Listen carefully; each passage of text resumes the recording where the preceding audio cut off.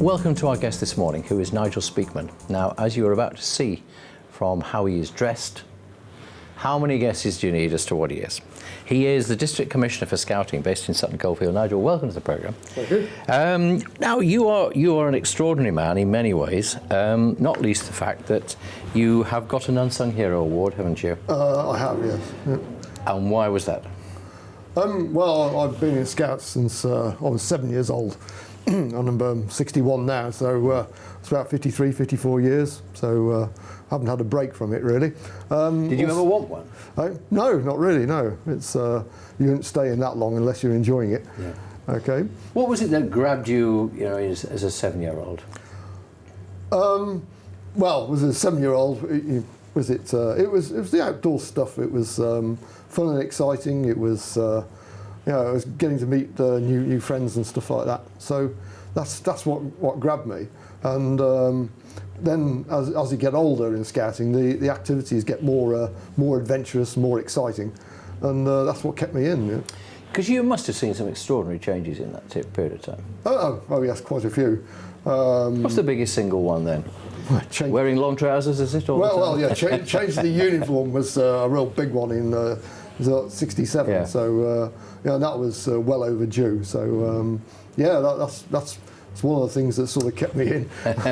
So you get the Unsung Hero Award, and rightly so, for all you've done and all the time you've put in. I mean, I wonder how many Boy Scouts you have actually trained and enthused in those, however many years it was you said earlier. Well, it's got to be thousands. Do you have any idea? No, I absolutely no idea. Was it? Probably 2,000-3,000, probably more than that, I suppose. Yeah. And when they sign up now, do they tend to stay? They do. Our big problem is university, because that's the one thing that's expanded quite dramatically. And scouting relied a great deal on recruiting from within.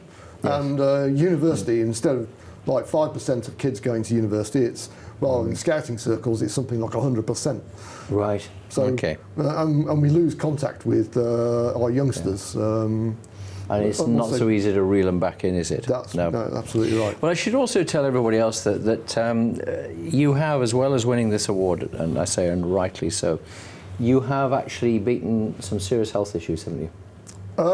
Yes. I got diagnosed with asbestosis, or mesothelioma, about 2 years ago, and I've had to go through treatment, chemotherapy and surgery to try and fix that. You look remarkably well. I mean, I was quite surprised that you've gone through something like that, because you don't look an ill man at all, do you? Well, it's like anything with cancer, is it? You have to catch it early, and in my case, was it? I was pretty fit, was it? And I went to. I got a bit of a cough, and my wife said, "Oh, go to the doctor." And as they do, yes. As you do, and then lo and behold, it turned out one of my lungs was half full of fluid, and that's when it all started. So it's been a long, rocky road, back to normal life. So. And are you back to that normal life now? As much as I can do. The surgery, I lost my right diaphragm muscle. In that, so that affects my breathing, especially on strenuous activities. So, but your body adjusts. So, and I suppose you probably think it's a smallish price to pay for being here and being well now. Yeah, that's. Yeah. Well, I mean, you may have suffered that, as you say, but you are about to nip off to Holland, aren't you, for an international jamboree? Yes, that's right. Are you how many are you in charge of on that trip?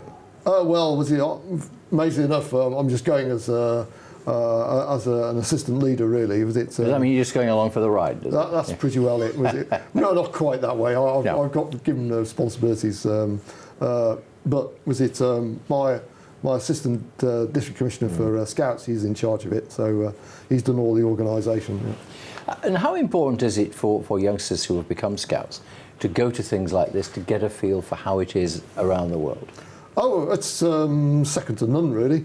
Was it Scouting's, as you know, is my biggest youth movements in the world. In fact, it's probably the last count was about 38 million around the world. There's only 5 countries in the world it doesn't affect. Yeah. And also it covers every religion, every creed. No matter, it doesn't have a problem. As it's even in Saudi Arabia, as it's they've got scouts there, as it's it really is universal. And with the modesty I would expect, you have not mentioned that you are about to get one of Scouting's highest honours, aren't you?